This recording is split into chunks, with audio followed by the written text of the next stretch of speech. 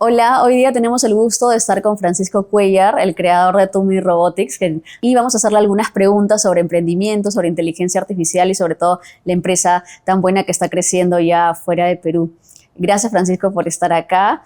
Y bueno, para empezar quería hacerte la pregunta de si pudieses definir al día de hoy Tumi Robotics, ¿cómo lo harías?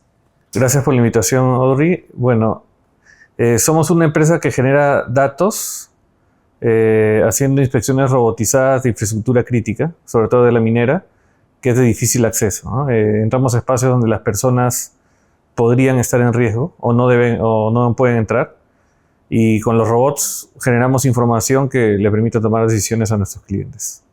Eso está bastante interesante. Veo también que ya están fuera de Perú. ¿En qué lugares están? ¿Qué proyectos están viendo? Sí, hemos abierto una oficina en Chile. De hecho, es un ecosistema de innovación que nos lleva algunos años, es bien maduro.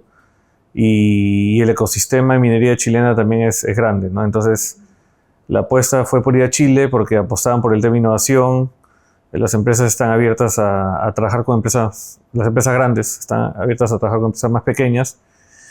Y en Luxemburgo también tenemos una oficina porque ahí nació una iniciativa que tenía que ver con exploración espacial. Este es un proyecto diría mediano, largo plazo, y digo mediano porque en el 2030 van a haber cosas muy interesantes con la humanidad yendo a la Luna. Entonces nos estamos preparando para ese momento y viendo de escalar una idea, ¿no? Qué bueno, de hecho tiene muchísimo potencial y ahorita ya ni siquiera es hablar del futuro, sino del presente, ¿no? Con todos estos proyectos similares también que están en marcha, ¿no? En diferentes lugares. Sí, yo creo que hay un grupo de personas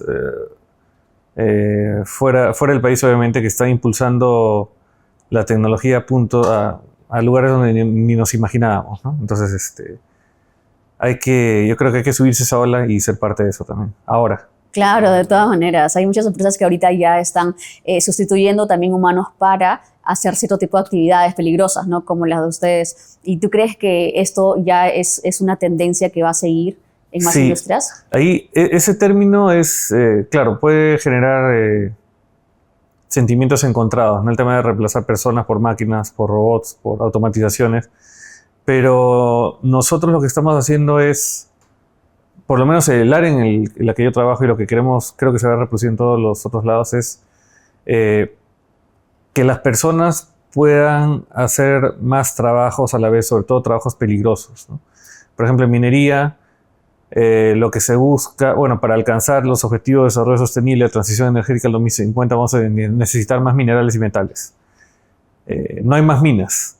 Lo que se tiene que hacer es ir más profundo, más lejos de repente, y eso pone en riesgo la salud de las personas, ¿no?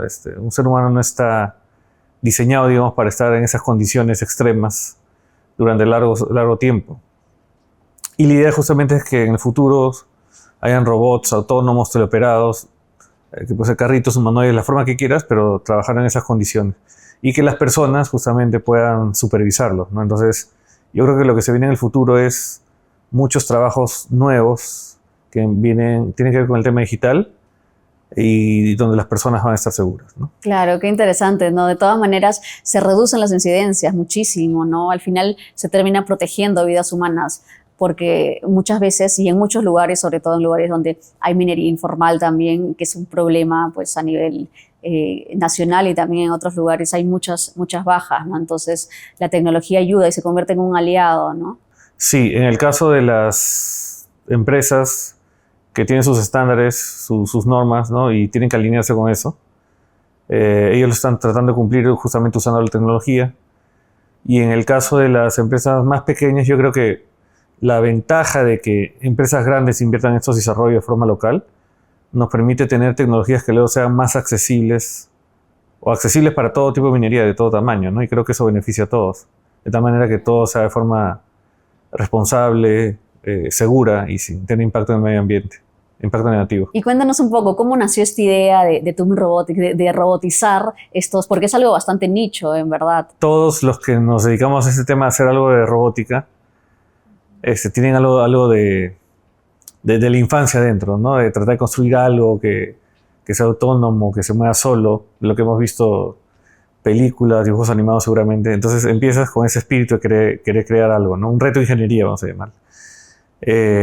Empezó en la universidad, diría yo. Yo soy profesor de la Pontificia Universidad Católica del Perú.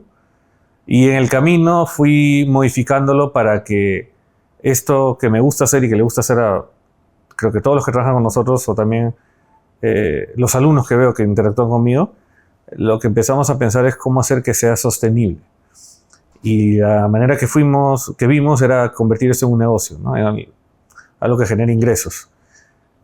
Generalmente va a ser un círculo. Acá los investigadores, cuando empiezan, esperan de repente que la universidad, que el Estado financie los proyectos, pero llega un punto, un techo en donde eso nada más, y tú tienes que hacer proyectos más grandes y tienes que buscar generar los ingresos, ¿no? Con el privado, justamente. Entonces, así nace en la universidad, desarrollando proyectos con fondos del Estado, con fondos de la universidad, y luego ya cambiamos el chip y ya nos convertimos en...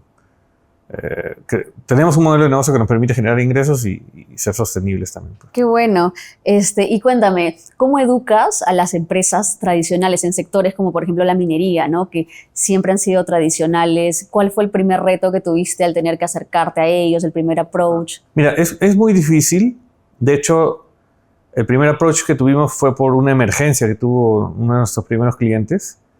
Y creo que fuimos los únicos valientes que dieron la oportunidad en ese momento de responderles, y respondimos bien. Y también yo diría que en estos 10 años que tenemos como empresa hemos visto la evolución de este grupo de empresas tradicionales, ¿no? También un tema de cómo está impactando lo que es la cultura de innovación, un ecosistema de innovación, todo lo que se está moviendo acá en Perú por lo menos, y que ya lo están asimilando las empresas, ¿no? De lo tradicional, y están siendo más abiertos y se dan cuenta que hay espacios como innovación abierta, por ejemplo, donde un gran corporativo llama a las universidades, a las startups, empresas que desarrollan tecnología de Perú o internacionales, exponen sus retos, ¿no? Y todos vienen con ideas, y ahí escogen con cuál van desarrollando esas ideas, ¿no? Entonces se están creando espacios en Perú, por lo menos, para que se cambia un poco esa cultura tradicional, ¿no? Qué interesante. Sí, de todas maneras, pues es el futuro, ¿no? Y es lo que ahora se está viendo más. Y cuéntame, ¿tuviste alguna experiencia de rechazo? Porque todos los que emprendemos tenemos ese momento, ¿no? En el cual alguien te dice que no y uno se puede sentir un poco mal, ¿no? Siempre. De 20, 2 de repente te van a decir que sí, pero igual que en cualquier circunstancia de la vida, tú tienes que... De las derrotas tú tienes que saber sacar lo bueno, ¿no? Y volver más fuerte. Con el tiempo mejoras, ya no es tan bajo el ratio, pero vas aprendiendo, y eso es bueno, ¿no? Sí, nos han dicho muchas veces no, tanto de financiamientos que hemos participado en el Estado, proyectos con la universidad, clientes, pero nos ha hecho mejor cada vez. Sí, pues de todas maneras es parte de emprender, ¿no? Y uno se va curtiendo con el tiempo, te dicen que sí, luego que no. Entonces eso es importante. Y cuéntame, ¿cuál ha sido el mejor momento que has vivido con Tumi? Creo que disfruto mucho cuando tenemos las reuniones en eventos especiales, fiestas patrias, cumpleaños, Navidad, ¿no? Y veo al grupo de chicos que hemos formado, que diría que el 98% ha sido mi alumno en la universidad, y ver que están disfrutando lo que hacen, ¿no? Haber creado un espacio que yo no lo tuve cuando era más joven, cuando no como ellos, y que ellos están disfrutando del trabajo que hacen y están generando valor para una industria tan importante como es la minería, ¿no? Yo diría que ese espacio lo disfruto bastante y se quedan guardados, ¿no? Qué bonito. Sí, pues al final uno termina haciendo bonding y se convierten en una familia, ¿no? Porque pasan tantas cosas juntos, ¿no? Sí, y mira, además de la familia, lo que me interesa es, y siempre pensaba, ¿no? De repente al principio piensas que tu empresa sea la que sale adelante, la primera, la que sea todos los clientes. Después te das cuenta de que necesitas más gente que desarrolle cosas como la nuestra en el Perú, y para eso necesitas más emprendedores.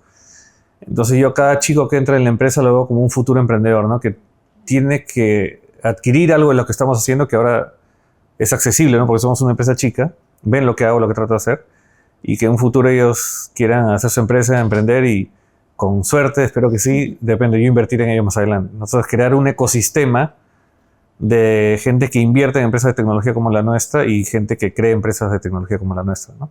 Eso es lo que falta en el Perú. Todavía estamos muy tradicionales con el tema de Venture Capital y ojalá que se pueda cambiar también, ¿no? Claro, sí, de hecho hay bastante potencial en Perú, ¿no? Y lo que estás haciendo es bonito, es como un semillero, una incubadora de futuros proyectos, Sí, ¿no? A entonces, largo si no plazo. funciona lo nuestro, lo Y de et- abajo de repente sí se va a claro, lograr. y también ya vas a poder invertir, ¿no? Eso es algo bastante interesante. Bueno, y en esa línea hemos visto qué es lo que más te ha gustado de Tumi y qué dirías o cuál dirías que ha sido el momento más complicado, más crítico en estos años. Yo diría que un problema que es para todas las empresas siempre ha sido el tema de financiamiento, ¿no? Creo que a veces nos hemos puesto metas muy ambiciosas donde necesitamos una espalda grande que nos respalde y no la teníamos, ¿no? Nosotros hemos apostado por eso, que el aprendizaje ha sido que a veces hemos planteado cosas que no estaba para las cuales nuestra realidad no estaba lista. De repente yo veía que funcionaba en Europa, en Estados Unidos, me adelantaba 3, 4 años y todavía no había un cliente acá para eso, ¿no? Y eso, el tiempo me lo ha mostrado porque 4 años, 5 años después me dicen, oye, ¿tienes esto? Y yo felizmente lo tengo ahí empaquetado, guardado y es el momento de lanzarlo, ¿no? Entonces yo creo que esos son los momentos, han sido los momentos difíciles cuando no había el financiamiento, no había el usuario, el cliente que quiere eso que tanto esfuerzo le pusimos para sacarlo adelante, ¿no? Claro, es el momento también, ¿no? A nosotros también nos pasó algo similar antes de tener Ventor, el proyecto de automatizaciones que tenemos ahora. Tuvimos Curi y Curi quisimos traer un Amazon para los emporios comerciales del Perú. Creamos desde cero la aplicación y todo, y eso fue hace más o menos 4 años, pero todavía no estábamos listos. O sea, el Perú como empresario, sobre todo hay mucha informalidad en ese sentido en los emporios, ¿no? Pero exactamente lo que te pasa a ti. Hace unas semanas nos escribió un antiguo cliente del momento y nos dijo, oye, ya viene la campaña del Día de la Madre, quiero subir los productos, ¿no? Y digo, oye, qué bonito que ya poco a poco estén empezando a crecer por ahí, ¿no? Pero es la cuestión de tiempo, ¿no? Sí, te das cuenta que estabas en lo correcto, no era el momento correcto. Lo que hay que tener listo es tener bueno, en nuestro caso, ¿no? Esa tecnología que desarrollamos en su momento empaquetada, le decimos crear un paquete tecnológico, para cuando llegue el momento de repente transferírselo a alguien, o sea, que te compre eso que has desarrollado, se lo transfieres, él lo escala, o tú mismo ver que es el momento y acaba la pena meter todas las balas, ¿no? Claro, de todas maneras. Y ya yendo un poquito más a lo técnico que hacen ustedes, ¿cómo funciona el tema logístico de los robots, los aparatos? ¿Cómo lo hacen? Se puede dividir en 3 partes, ¿no? La parte mecánica, la parte electrónica, la parte de software, de algoritmos, hacer plataformas, algoritmos. La parte mecánica siempre tratamos de hacerla acá. Hay buenos proveedores, ¿no? Buenos servicios. Es lo más pesado también, lo más grande. Imagínate, traerte cosas del extranjero, te cobra más por la logística que traerlo. La electrónica también la desarrollamos acá, la manufacturamos mucho ahí en China para que sea de alta calidad. Aparte son cosas pequeñas que se pueden utilizar rápido. Y software lo hacemos sí todo local, ¿no? Y es más, yo te diría que esos fueron los primeros años de la empresa. Ahora que estamos un poco más grandes, no, que estamos más grandes, que tenemos otra mentalidad ya más de negocio, hay que salir a vender, es integrar cosas que ya existen, asociarnos con los que tienen productos ya listos y nosotros armar algo que sobre esa capa le ponemos más valor y se lo ofrecemos a otro cliente, ¿no? Entonces, creo que así lo hemos estado trabajando, primero haciendo todo nosotros desde cero y cuando vemos que hay algo que no existe en el mercado, hackeamos las cosas literalmente y las adaptamos para lo que quiere el cliente, pues, ¿no? Claro, claro. El escuchar el mercado en verdad es bastante interesante, ¿no? Y eso es lo que uno también va aprendiendo. A veces la idea que uno tiene, y creo que para los emprendedores también que nos van a poder ver, la idea que a veces uno tiene de tu proyecto inicial va variando con el tiempo, ¿no? Y a veces no hay que desanimarse cuando te das cuenta que el mercado respondió diferente a lo que tú planeaste en un inicio. Sí, siempre varía, o sea, siempre. Y uno tiene que estar listo para pivotear, ¿no? Para adaptarse a eso, porque al final cuando tienes una empresa, tienes personas a las que hay que darle soporte, tú tienes que salir a vender y lo que pide el cliente. No hay cosas que sí, que nos pueden gustar mucho. Yo les veo futuro de acá más años adelante, pero como te digo, las tengo guardadas listas para cuando llegue el momento, ¿no? Claro, para su momento. Y bueno, justo hace un momento hablábamos del Perú y del tema del financiamiento, ¿no? ¿Cuánto potencial le ves a Perú como país en estos temas, no solamente de mecatrónica, de IA, de robótica, sino en general en tecnología? Muchísimo. Yo le veo mucho potencial a todo este tema de automatización, obviamente. Pero un tema que me gusta mucho y donde nos deberíamos meter es en el tema de ciencias de los materiales, por ejemplo, ¿no? Se habla mucho de la comida peruana, todos los diferentes productos que hay. Somos un país minero también, somos un país que tiene mucha diversidad de materiales. Y lo que tenemos que hacer es saber cómo agregarle más valor a eso, ¿no? Por ejemplo, si extraemos oro, no vender solamente el oro, sino convertirlo en nanopartículas, eso le genera el valor por 100 y vender ese material procesado, ¿no? Que sirve para temas de medicina. Entonces, ciencia de los materiales para mí es un nicho que nosotros deberíamos saber aprovechar de estar en un país con tanta diversidad, ¿no? Darle el valor agregado, ¿no? Porque en verdad el tema ahorita, por ejemplo, una de las empresas más grandes del mundo es Nvidia, ¿no? Y Nvidia en realidad lo que le da es los microchips. Entonces, eso, ¿no? Llegar a que el Perú pueda desarrollarse a tal modo. ¿Tú crees que es posible? Sí, pero tiene que haber un grupo de gente que quiera que eso pase, ¿no? Lo que te comentaba esto de Luxemburgo, el ecosistema espacial que hay allá, yo veo que hay un grupo de gente de diferentes disciplinas queriendo que eso pase, ¿no? No solo ingenieros y científicos, sino también gente de derecho, políticos, artistas. Hay comunidades grandes que quieren que esto pase y eso hace que el Estado se convence y que apueste por eso, ¿no? Todavía no veo una comunidad fuerte acá de ese tema. De repente los que hacen cosas así, ¿no? Los ingenieros científicos, pero hay que saber cómo dar el mensaje de la forma correcta para atraer a la gente que toma decisiones, atraer a la gente que invierte y que sabe que si invierte va a generarle un retorno también, ¿no? No en un año de repente, pero en 3, 4, 5 y en múltiplos muy, muy grandes. Entonces, eso se necesita, crear un ecosistema que cree en esto y que lo impulse, ¿no? Claro, y no solo del sector público, ¿no? También del sector privado, porque tenemos muchos ingenieros, científicos que realmente se van fuera del país, están en otras universidades, en otras empresas en el extranjero, ¿no? Y sería muy bueno poder tener ese ecosistema del que hablas. Sí, yo creo, algo que he visto, yo he tenido la suerte de viajar mucho por la universidad. Cada vez que publicamos algún trabajo, esa es la ventaja del mundo académico, nos cubren los gastos para ir a presentar el trabajo en conferencias, ¿no? Y yo diría que los últimos 5 años he aprovechado mucho en ir a países desarrollados donde hayan ecosistemas, centro de innovación. Visito los centros, visito a los especialistas y veo que a pesar de yo vivo en Perú, ¿no? Pero el tema de haber estado por el mundo movilizándome me ha abierto mucho la mente. Entonces hay que ver la forma de que esa gente que está afuera desarrollando ese talento especial que tienen, esté conectada en una red para que también pueda volcar todo lo que aprende acá, ¿no? Yo creo que con cómo se mueve el mundo ahora, el que estés viviendo en otro país no te impide que tengas impacto en Perú, pues, ¿no? Entonces, por ahí voy, el tema del networking, cómo hacemos que esto funcione y que todos trabajen para algo que pueda servir acá también, ¿no? O incluso exportar conocimiento. Lo que desarrollamos acá, cómo lo llevas afuera, para que se venda en un país desarrollado, y se pueden escalar las tecnologías, pues, ¿no? Claro, y la verdad que ahora también ya es un poco más fácil, ¿no? Y hay mucha gente ahorita que está emprendiendo, la verdad. Y con el tema también de la inteligencia artificial, muchos analistas dicen que se viene un boom de startups, de emprendimientos, ¿no? Por este reemplazo que algunas empresas están teniendo, ¿no? Por ejemplo, Amazon ha despedido 15.000, 30.000 personas en este último año. Entonces, van a haber muchos emprendimientos, muchas startups, ¿no? Entonces, en ese sentido, a las startups peruanas, empresas peruanas pequeñas que has podido ver, observar, sobre todo dedicadas al tech, ¿qué les recomendarías? ¿Qué les aconsejarías? De todas maneras, que se alineen con el tema de inteligencia artificial. Yo también estoy usando todas las herramientas que están a mi alcance y es increíble la velocidad a la que uno puede hacer las cosas.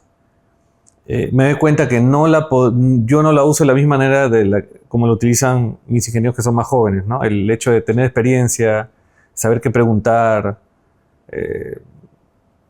hace que genere más valor todavía sobre estas herramientas que uso de inteligencia artificial. Pero sí es súper importante aprender a usarlas, ¿no? Yo tengo muchos amigos de mi edad que dicen, no, lo que yo hago es pensar y eso, la inteligencia artificial no intervenir. Yo digo, mira, lo que tú piensas lo puedes multiplicar por 10, por 100 si sabes usarla de la forma correcta, ¿no? Entonces, aprender a utilizarlas y yo, bueno, más que quitar trabajos, yo creo que van a salir nuevas oportunidades para crear nuevos trabajos, ¿no? La gente se va a tener que reinventar. Lo otro que también veo es, ahora todo es software, va a llegar un punto donde va a estar plano todo esto y va a tener que escalarse, se llama Physical AI, la inteligencia artificial física, que son los robots que estamos viendo que ahora aparecen, todos estos los humanoides que van a hacer varias tareas, ¿no? Entonces va a haber un espacio para toda la gente que hace ingeniería, no solamente de software, sino también los que hacen hardware, para poder utilizar estas herramientas que van a potenciar mucho más, por lo menos en mi área de la robótica, ¿no? Entonces van a salir nuevos trabajos, creo que esa es la... Sí, pues va a haber más especialización también, ¿no? Va a haber personas que ya se especializan más, porque al final la historia es cíclica, ¿no? Y esta revolución tecnológica que estamos teniendo ha pasado en diferentes momentos de la historia, ¿no? Por ejemplo, la revolución industrial, que fue hace ya un par de siglos, también se decía lo mismo, ¿no? Las conversaciones eran muy parecidas, nos van a reemplazar, se va a contratar menos, ¿no? Pero al final, con las máquinas y la tecnología de ese entonces, quienes eran reemplazados no eran las personas en general, sino quien no aprendía a utilizar estas máquinas, ¿no? Sí, yo creo que todo ha hecho que mejore la calidad de vida de una gran cantidad de la humanidad, ¿no? Life expectancy, el tiempo que puede vivir una persona es mayor. Muchas personas pueden tener acceso a cosas que antes no todos tenían, ¿no? Servicios de agua y saneamiento, por ejemplo. Un televisor que puede parecer un lujo para muchos, pero ahora más tienen acceso. Entonces yo creo que las tecnologías te empujan a eso, ¿no? A que la gente pueda tener más cosas. Claro, y un poco más para conocerte en tu camino como emprendedor, en estos años en los que has estado con tu proyecto y ahora ya una muy grande empresa. ¿Qué libros crees que te han acompañado en el camino a lo largo de este viaje? Pues sí, mira, a mí me gusta leer muchos libros de historias de emprendimiento. Me vienen a la mente algunos, por ejemplo, Startup Nation, que es Startup Nation es el nombre que le dan a Israel, ¿no? Y la historia del espíritu que tienen sus emprendedores, de por qué salen adelante y cómo lo hacen a como el lugar, ¿no? Otro libro que me gustó mucho es uno que se llama Empires of Light, Imperios de la Luz, que es la historia de cuando en su momento estuvieron Edison, Tesla, Westinghouse, JP Morgan, el banquero, y todos esos actores que hicieron que se cree esta industria de la electricidad, ¿no? Como uno era el inventor, el otro era un genio empírico que hacía cosas. Bueno, al final ganó el banquero porque creo que compró la empresa de Edison y ahora es General Electric, si no me equivoco. Pero ver cómo evoluciona eso, ¿no?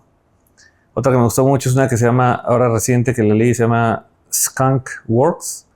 Creo que es la historia de los innovadores dentro de Lockheed Martin, los que desarrollan los aviones invisibles.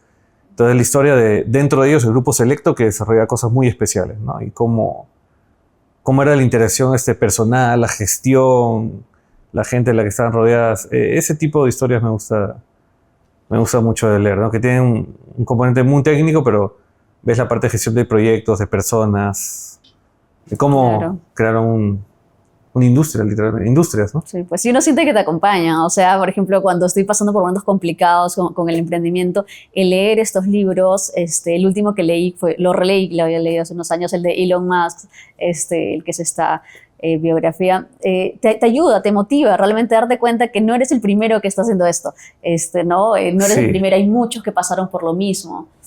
Sí. En los peores momentos, sobre todo me acuerdo, oye, esto le pasó a tal persona hace muchos años y luego salió adelante. Bueno, y hay que seguir nada más. Sí, pues. Empujar, ¿no?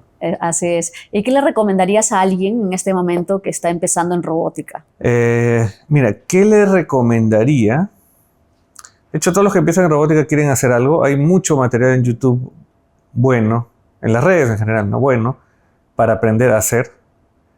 Pero más allá de aprender a hacer, que es algo técnico, es algo de ingeniería, yo diría que vean quiénes están desarrollando las ideas que más impacto tienen en el mundo, ¿no? Quiénes están usando la robótica para hacer algo distinto, para hacer algo diferente. Por ejemplo, el tema de quiénes están trabajando para que los robots puedan estar en la luna haciendo prospección, levantando datos para que algún día haya una base ahí, ¿no? Y yo creo que investigar, ver quiénes son estas personas que están soñando y tratando de hacer realidad estas ideas en sus laboratorios, es como ver una ventana hacia el futuro, ¿no? ¿Qué se viene? Entonces es un mix entre hacer, que es lo que la mayoría quiere, inspirarte, acceder a estas visiones que te permiten ver más allá y prepararte para lo que se viene. Y una vez que tienes bien desarrollados tus skills de hacer, dices, mira, por acá está la visión, por acá está el futuro, por acá está el negocio. Claro. ¿No? Y aplicas eso. Sí, pues es interesante. Y en este camino, en este journey de emprender, a veces algo que es reiterativo por nuestra propia naturaleza humana es la frustración, ¿no? ¿Qué consejos das, qué recomiendas para poder manejar la frustración? Sí, ha sido una constante. De hecho, te haces más fuerte, resiliente, inmune a eso. Yo diría que cuando era más joven, sí, era toda apuesta a lo que estoy haciendo, a lo que me gusta. Ya cuando tienes responsabilidades, tienes familia, eres mayor, bajas un poco las revoluciones. Yo lo que recomendaría es tener un balance, ¿no? Me doy cuenta que cuando estoy tranquilo, con la vida balanceada, puedo ser más productivo. Entonces, saber manejar eso y no entrar en un punto donde estás preocupado, desesperado por hacer todas las cosas, y un punto donde tienes que respirar, concentrarte y dices, me enfoco en esto, ¿no? Claro, eso es lo más difícil, es lo más difícil, complicado sí, de hacer. Sí. Y en ese sentido, cuando uno está empezando a emprender, pues uno no tiene muchos recursos, ¿no? Entonces, ¿cómo o qué consejos le darías a alguien para poder validar estas ideas que pueda tener sin usar muchos recursos económicos? No usar tu propio dinero, definitivamente, pero sí buscar partners que apuesten por ti, ¿no? En mi caso, cuando empezamos fue el tema de los fondos del Estado. Prociencia, Proinnovate, son fondos no reembolsables. Obviamente, cuando empecé era a través de la universidad. Claro. Entonces nos dio la oportunidad de iterar, de aprender mucho. Yo te diría, fallábamos mucho al principio, pero ya tenemos mucha más experiencia, ¿no? Entonces, no, difícil que fallemos y siempre se obtienen buenos resultados. El buen resultado es que en el camino formamos gente con estos fondos que son para investigación, por ejemplo. De ahí, también buscar partners, socios estratégicos que estén interesados en invertir en tu idea y en darte más valor con su tiempo también. Eso es súper importante, ¿no? Emprender con alguien también es como un matrimonio. No es simplemente poner el dinero, tiene que ser alguien que esté contigo, que quiera sufrir contigo y que te sume, ¿no? En mi caso, yo soy ingeniero, de repente más me suma alguien de negocios, alguien de derecho. Entonces, buscar la forma, ¿no? De ir con alguien más en el camino que te sume a tu proyecto. Claro, o sea, unir sinergias. Sí, definitivamente. No lo hagas solo. Claro. No lo hagas solo. ¿Y en qué debería enfocarse un emprendedor los primeros 6 meses? Identificar bien el problema que quiere resolver y apuntar a resolver ese problema de la forma más básica, más simple. Yo diría, algunos de los errores que cometíamos al principio era querer hacer todo perfecto, ¿no? No sé, de repente querer hacer un cohete para ir de Lima al Callao, por ejemplo, ¿no? Cuando puedes ir en bicicleta de repente. Funciona.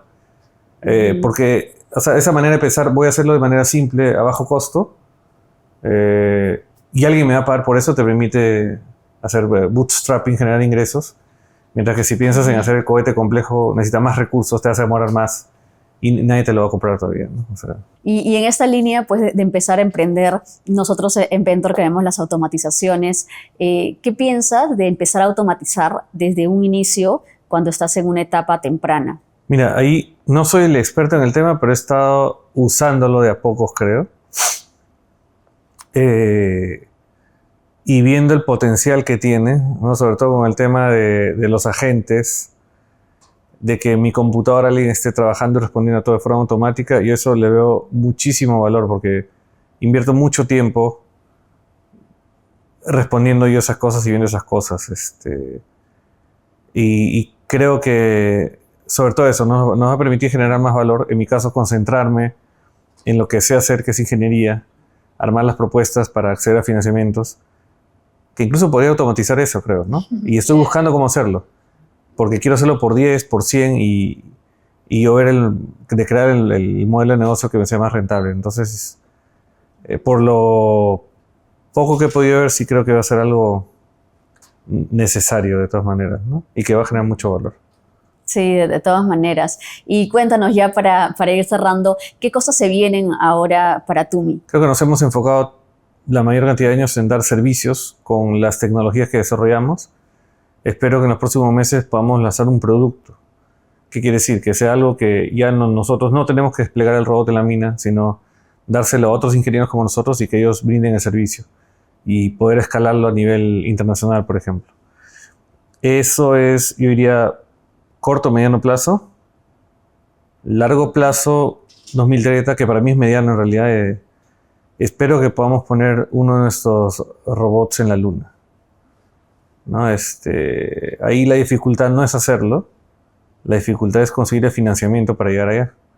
Entonces, en ese proceso estoy, ¿no? Entender el ecosistema europeo, quiénes están invirtiendo en esto y ver cómo no solo desarrollar la idea que funcione ya, sino convencer a ese que tiene el dinero que invierte en nosotros, porque somos los que vamos a generar datos de la luna para que algún día se cree una base ahí, pues, ¿no? Una base. Claro, eso sería increíble, imagínate poder tener ahí incluso la bandera peruana también en la luna, ¿no? Creo que ese es el objetivo, ¿no? La marca Perú y ser uno de los primeros, no los primeros de repente, y hay gente que tiene más plata que está intentando ir, ha fallado, pero sigue intentando.